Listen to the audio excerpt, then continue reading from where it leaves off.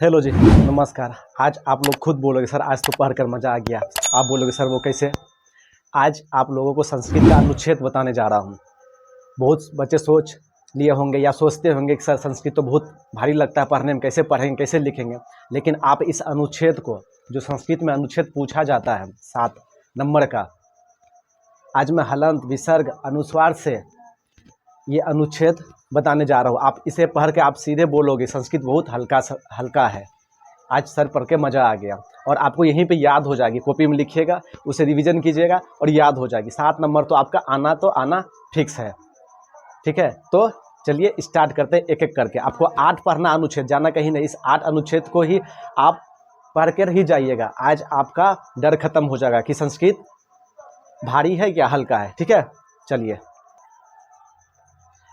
Hello जी, नमस्कार। आप सभी का आपके अपने YouTube channel Raju learn classes में स्वागत है। बच्चे, मैं हूँ राजू कुमार। आप सभी कैसे, उम्मीद करता हूँ एकदम मस्त और बढ़िया और अपना पढ़ाई लिखाई बहुत अच्छे तरीके से कर रहे हैं। बच्चे, मैं आज जो है संस्कृत अनुच्छेद, जो आप 2025 में एग्ज़ाम देंगे तो उसमें संस्कृत का तो एग्ज़ाम देंगे ही देंगे, तो उन्हीं का जो है मैं जो 7 मार्क्स का जो एग्ज़ाम में पूछा जाता है अनुच्छेद, किसी भी एक टॉपिक दे देगा आपको और उस पर जो है 7 वाक्य आपको लिखना पड़ता है संस्कृत में, जिनमें आपको 7 मार्क्स मिलती है। तो उन्हीं पे जो है ना आज 7 या 8 ऐसी अनुच्छेद लेकर आया हूँ जो एग्ज़ाम में जो है ना बार बार दोहराया जाता है। ठीक है, तो 8 अनुच्छेद मैं आपको बताने जा रहा हूँ। अभी एकदम यहाँ बने रहिएगा। ठीक है, ऐसे अपनी भाषा में है कि आपको यहीं पे याद हो जाएगा, एकदम आसान सब भाषा में। ठीक है, बुक में थोड़ा सा कुछ भारी टाइप का भी लगता है, लेकिन आपको यहाँ पर जो है ना पूरा आसान भाषा में आपको अनुच्छेद देखने को मिलेगा, जो आपको अच्छे समझ में भी आएगा और आप अच्छे से याद भी कर पाएंगे नोट्स में लिख के। ठीक है, तो आज अनुच्छेद को पूरा खत्म करते हैं, मतलब 7 नंबर आपके यहाँ से मिल जाएगा। ठीक है, इसमें कोई संदेह नहीं है। ठीक है, तो आप क्लास में अगर नहीं नए आए हैं तो अपने दोस्तों को ज़रूर शेयर कर दें, कमेंट करें कि ये आपको कैसी लगी, तो एक सब्सक्राइब भी ज़रूर कर दें।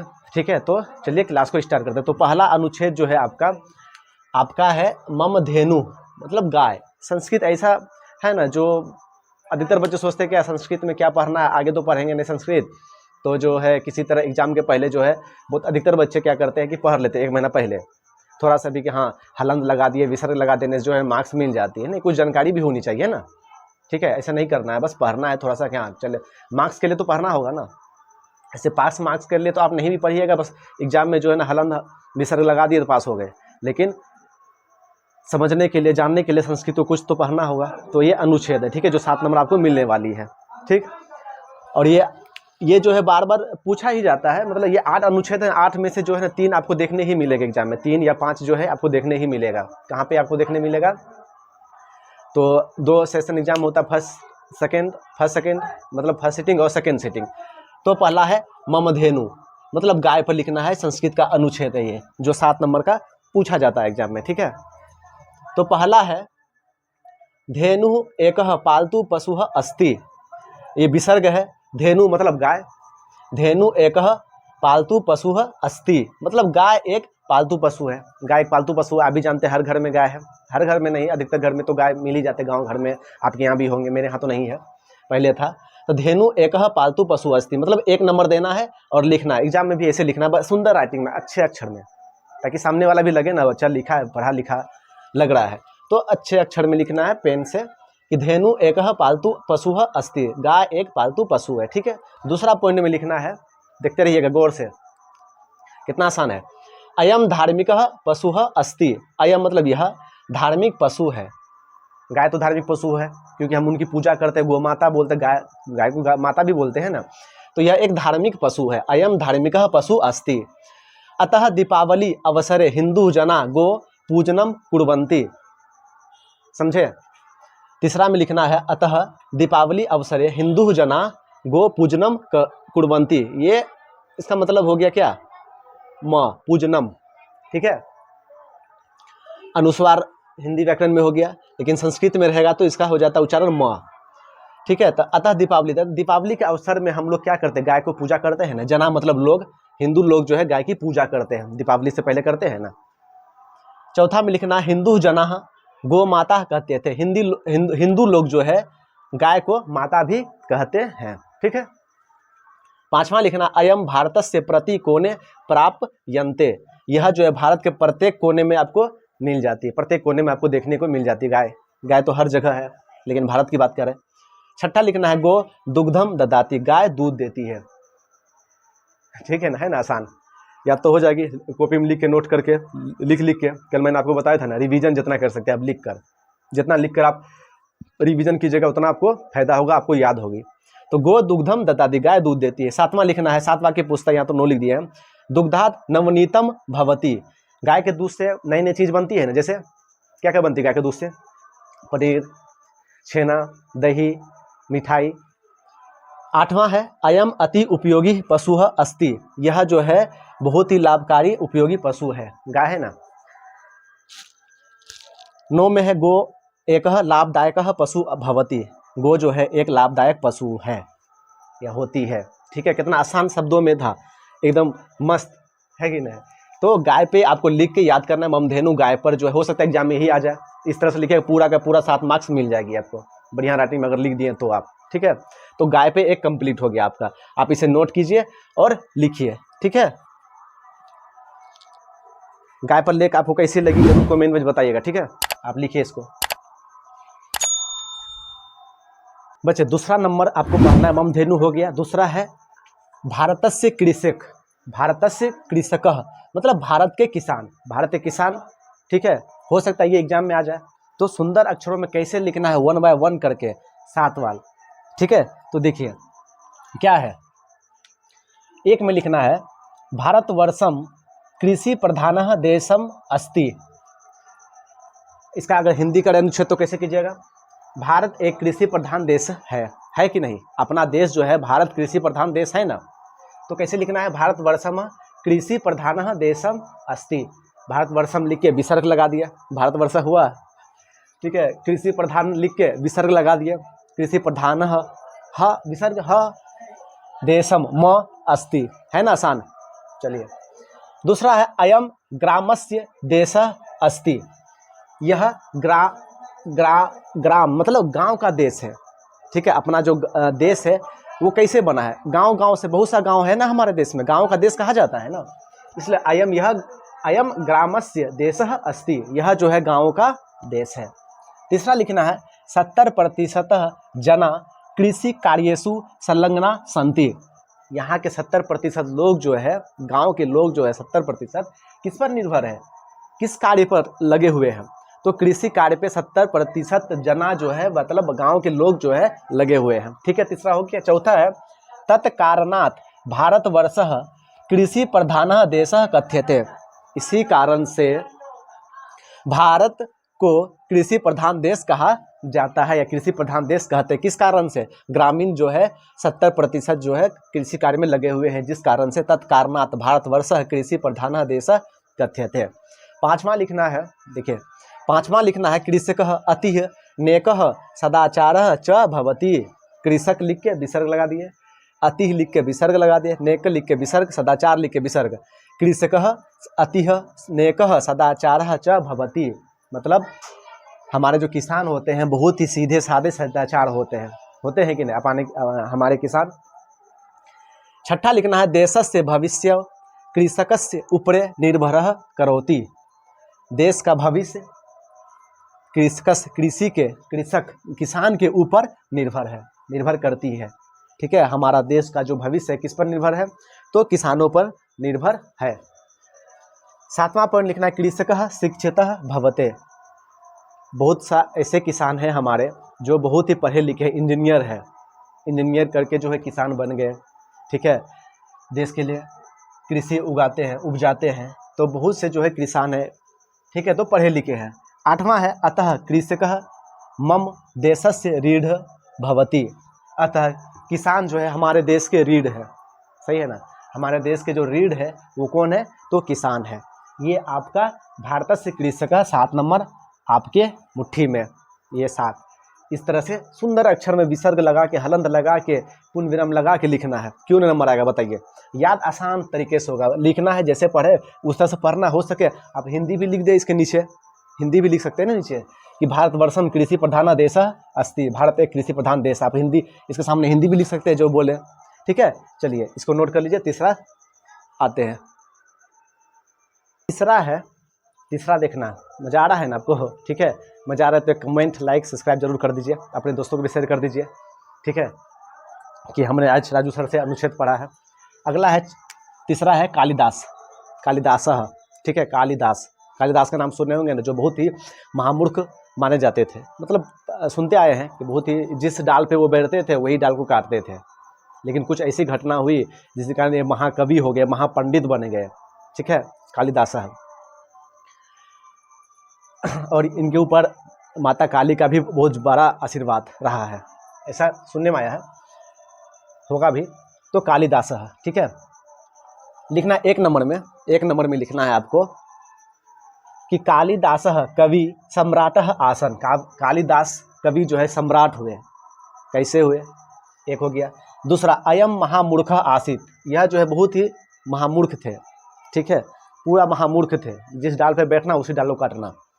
किंतु अल्पकाले सह महाकवि महापंडितः अभुवन, किंतु कुछ समय बाद वह जो है महाकवि महापंडित हो गए, अचानक कुछ समय बाद, अल्पकाले।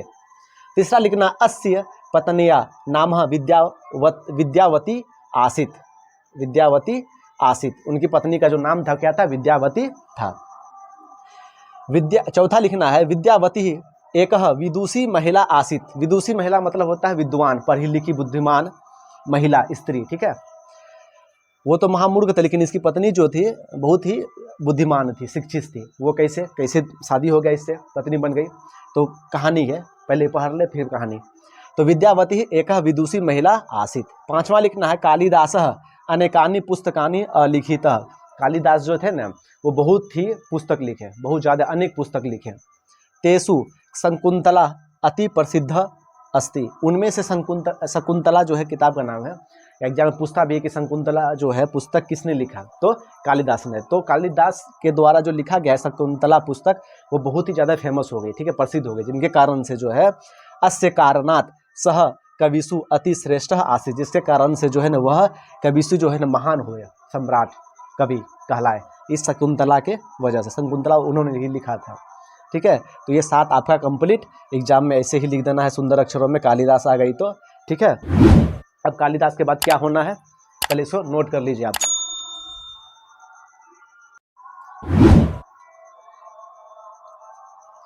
चौथा है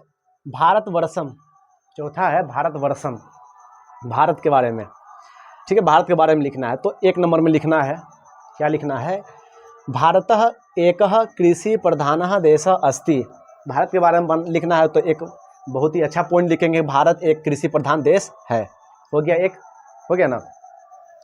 दूसरा लिखना है, अयम प्रजातंत्र देशः अस्ति। हमारा देश जो है कैसा देश है? राजतंत्र है या प्रजातंत्र है? तो प्रजातंत्र, मतलब हम लोग के द्वारा जो है यहाँ शासन हम लोग के द्वारा चुना जाता है और सरकार बनती है। तो ये हमारा देश जो है प्रजातंत्र देश है। अयम प्रजातंत्र देशः अस्ति, दूसरा हो गया। ठीक है, तीसरा है, भारतस्य राजधानी दिल्लिका या नई दिल्ली अस्ति।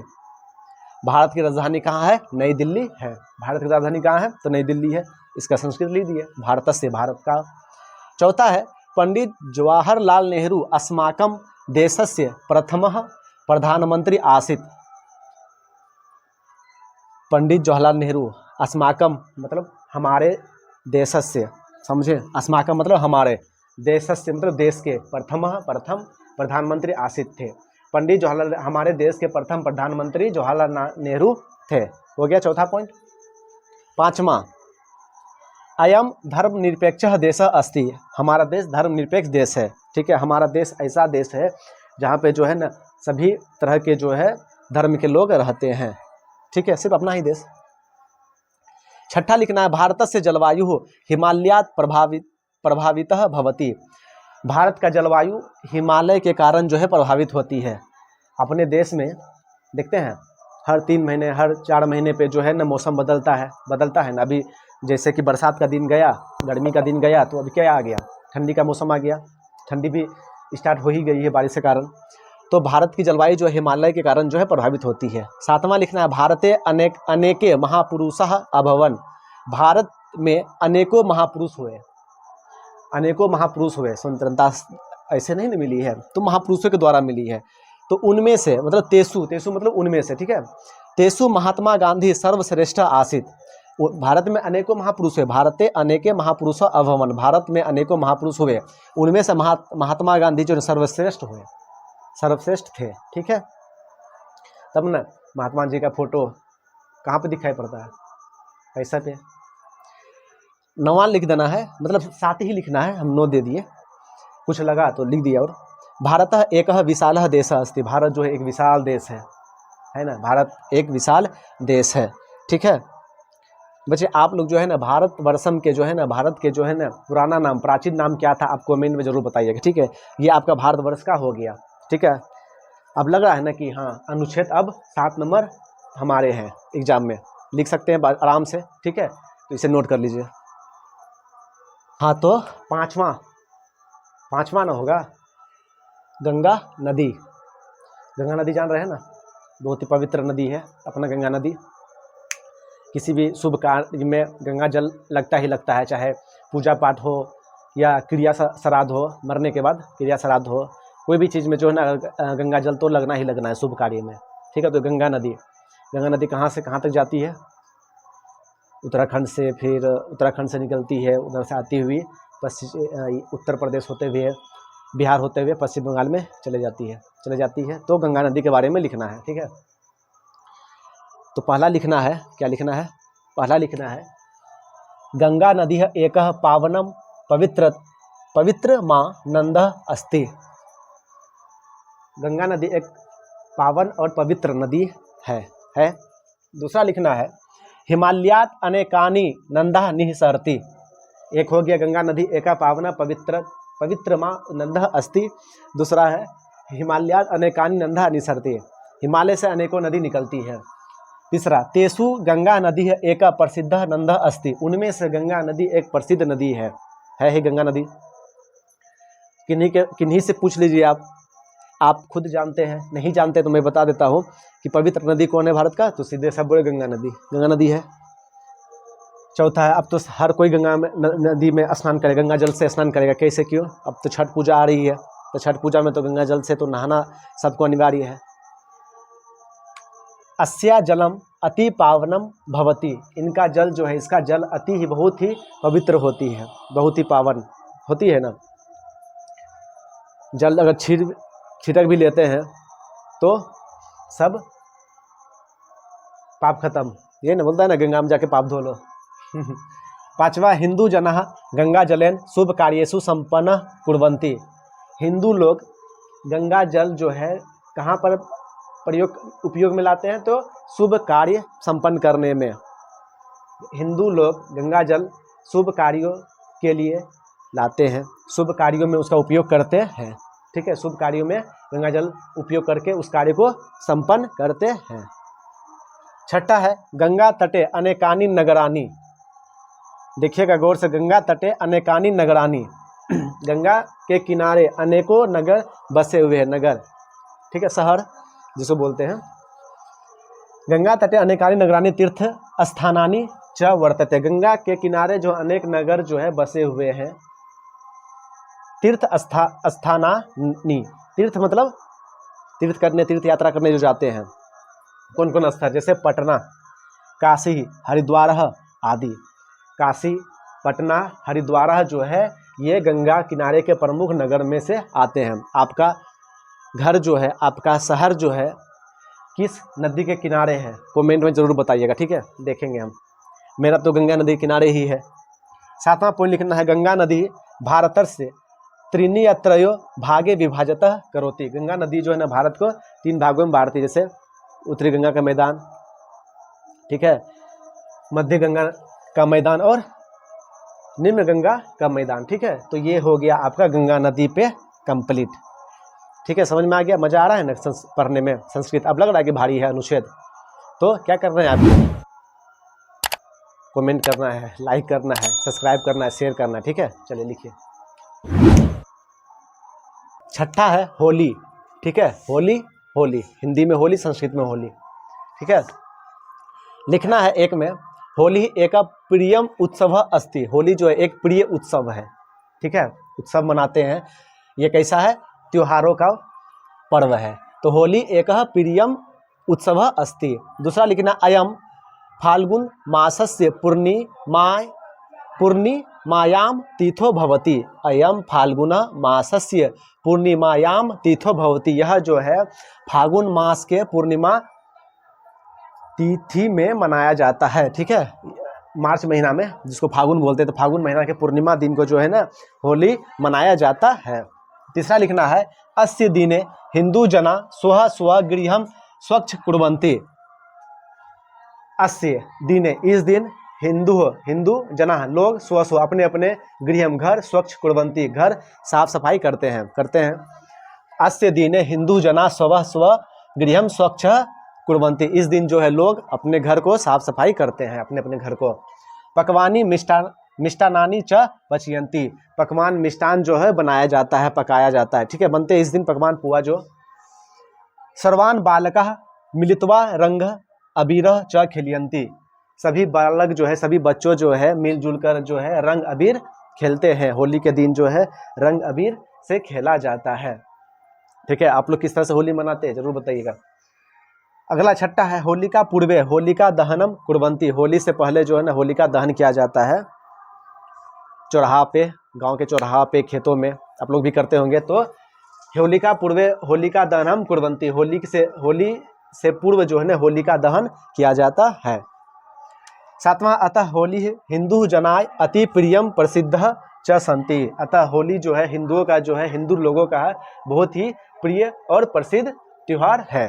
ठीक है, होली क्लियर हो गया आपका। ये होली का 7 अनुच्छेद लिख देना है, पूरा का पूरा नंबर आ जाएगा। हो सकता है होली मार्च में होता है तो फरवरी में आपका एग्जाम होगी, तो हो सकता है होली पूछ सकता है।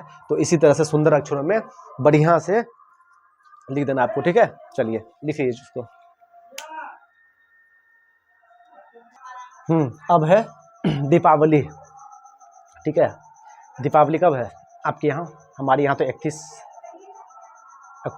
अक्टूबर को दीपावली है। तो दीपावली जो है ना खुशियों का उत्सव है। ठीक है, जब श्री राम जी जो है जब जीत कर आए थे, कहाँ से, रावण को मार के जब आए थे, तो उस खुशी में भी जो है ना हर घर में जो है दीप जला। ठीक है, हर घर को साफ सफाई किया गया। तो उसी समय से एक पुरानी कथा है कि उस समय से दीपावली मनाया जाता है। ठीक है, तो यहाँ जानते हैं कि संस्कृत में अनुच्छेद कैसे करना है। ठीक है, तो दीपावली ही एक में लिखना है भारतवर्षे अनेकानि उत्सवाः भवन्ति। अपने भारत देश में अनेकों उत्सव मनाया जाता है। पर्व मनाया जाता है, त्यौहार मनाया जाता है। तो भारतवर्षे अनेकानि उत्सवाः भवन्ति एक हो गया। दूसरा लिखना है तेषु दीपावली एकः प्रसिद्ध उत्सव अस्ति। उनमें से दीपावली जो है एक प्रसिद्ध उत्सव है। दूसरा हो गया। तीसरा अयम कार्तिक मासस्य अमावास्यां तिथो भवति। यह कार्तिक मास के महीना, कार्तिक महीना के अमावस्या तिथि को मतलब दिन को मनाया जाता है। अयम कार्तिक मासस्य अमावास्यां तिथो भवति। पढ़ लीजिएगा ना आप लोग संस्कृत अच्छे से। मतलब ये अपने शब्दों में, मतलब हिंदी हुआ, हिंदी का संस्कृत हो गया, अपने शब्दों में है। ठीक है, संस्कृत जो है ना ये अनुच्छेद जो है दीपावली। ठीक है, तीसरा है अयम कार्तिक मासस्य अमावास्यां तिथो भवति। यह कार्तिक मास के अमावस्या तिथि को मनाया जाता है। चौथा है अस्य दिने हिंदू जना स्वः स्वगृहं गोपयेन लेपयन्ति। इस दिन जो है हिंदू लोग, हम लोग जो है अपने अपने घर को जो है किससे लिपते हैं? तो गोबर से लिपते हैं। ठीक है, पांचवा लिखना है नवीनम वस्त्रम धारयन्ति। इस दिन जो है नए नए कपड़े को पहनते हैं। ठीक, छठा लिखना है शिशु नाम अस्य दिने पटाखा फुलझड़िया च जवंती। शिशु लोग मतलब हम लोग जो है इस दिन जो है पटाखा फुलझड़ी को जलाते हैं, फोड़ते हैं। ठीक है, और पटाखा फुलझड़ी जलाते समय जो है ना ध्यान रखनी चाहिए तो कहीं हाथ न जल जाए या किसी का नुकसान नहीं हो जाए। दीपावली मनाइए, अच्छे से मनाइए, लेकिन ध्यान में रखते हुए कि कहीं आग न लग जाए। ठीक है, सातवां लिखना है स्व स्वगृहम दीपिका ज्वलंती। इस दिन जो है अपने लोग अपने अपने घरों में दीपक जलाते हैं। आप भी जलाते हैं, अच्छे से घर को सजाते हैं। आठवां है अतः दीपावली अति प्रियम उत्सव भवति। इसलिए जो है दीपावली बहुत ही प्रिय उत्सव है। ठीक है, होती है। ये आपका दीपावली का हो गया। ठीक है, इसे नोट कर लीजिए। हाँ, तो अब है विद्यालय। विद्यालय, ठीक है, आप जिस विद्यालय में पढ़ते हैं उसके बारे में लिखना है संस्कृत में, तो कैसे लिखेंगे? ये मैं अपने विद्यालय का बता रहा हूँ, ठीक है, मैं ये अपने विद्यालय का बता रहा हूँ। आप जो है मैं जहाँ पर विद्यालय का नाम है, स्कूल का नाम है, वहाँ पर आप अपना विद्यालय, अपने स्कूल का नाम दे दीजिएगा, ठीक है। ये नहीं कि हाँ जो है बस वही लिख दिए। तो एक में लिखना है विद्यालय माता सरस्वती मंदिरम अस्ति या कथ्यते, मतलब विद्यालय को हम विद्यालय जो है माता सरस्वती की मंदिर होती है या विद्यालय को माता सरस्वती के मंदिर कहते हैं, ठीक है। दूसरा है मम विद्यालयस्य नामः लहरू स्मारकः उच्च विद्यालय नवाबगंजः अस्ति, मेरे विद्यालय का नाम लहरू स्मारक उच्च विद्यालय नवाबगंज है। ये मेरे विद्यालय का नाम था, ठीक है, जहाँ पे मैं पढ़ता था, 10th किया था, वो मेरे विद्यार्थी का नाम, ये मेरे विद्यार्थी कहते हैं, मेरे विद्यालय का नाम है। आप लोग इस जगह जो है नाम के बाद अपना विद्यालय का नाम दे दीजिएगा, अपने स्कूल का, जिस स्कूल में आप पढ़ रहे हैं। तीसरा लिखना अस्य स्थापना 1933 तमे ख्रीष्टाब्दे अभवन, इसकी स्थापना 1933 ईस्वी में हुई है, ठीक है। मेरे विद्यालय का जो स्थापना है 1933 में हुआ है, ठीक है। चौथा लिखना है विद्यालय से प्राचार्य श्री सुंदरकांत झा अस्ति, विद्यालय के प्राचार्य जो है श्री सुंदरकांत जी सर हैं, ठीक है। पांचवा है अयम अति नेकः पुरुष अस्ति, वे जो है बहुत ही सीधे साधे नेक पुरुष हैं। छठा है मम विद्यालय से पठन पाठन अति सुंदरम अस्ति, मेरे विद्यालय का जो है पठन पाठन जो है बहुत ही बढ़िया ढंग से होती है।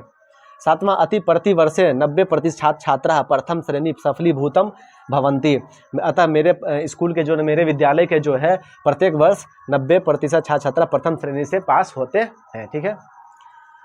आठवां है विद्यालय से एक लाभदायक संस्था भवति, विद्यालय एक बहुत ही लाभदायक संस्था होती है ना। हम लोग पढ़ के जो है ना, हम लोग अभी जो पढ़ रहे हैं, कहाँ पढ़ रहे हैं, विद्यालय में ही पढ़ रहे हैं हम, तो बहुत ही लाभदायक जो है ये संस्था होती है। बच्चे ये आपके जो है अनुच्छेद जितना भी हुआ, 8 हुआ शायद ना, 7-8, ये आपके हो गए हैं, पूरा आसान, पूरा अपने शब्दों में, ठीक है, मतलब हिंदी अनुवाद, हिंदी का संस्कृत, ठीक है। आपको बहुत अच्छा लगा होगा। अब संस्कृत नहीं लग रहा होगा कि आप जो है, आप जो सोच रहे होंगे पहले कि संस्कृत बहुत भारी होती है, बहुत पढ़ने में थोड़ा दिक्कत आती है, तो कितना आसान तरीके से ये आपका अनुच्छेद खत्म हो गया। अब एग्जाम में 7 नंबर आपके फिक्स हैं, ठीक है, जो आपके 2025 में एग्जाम होने वाली है संस्कृत के, तो 7 नंबर ये आपका हो गया।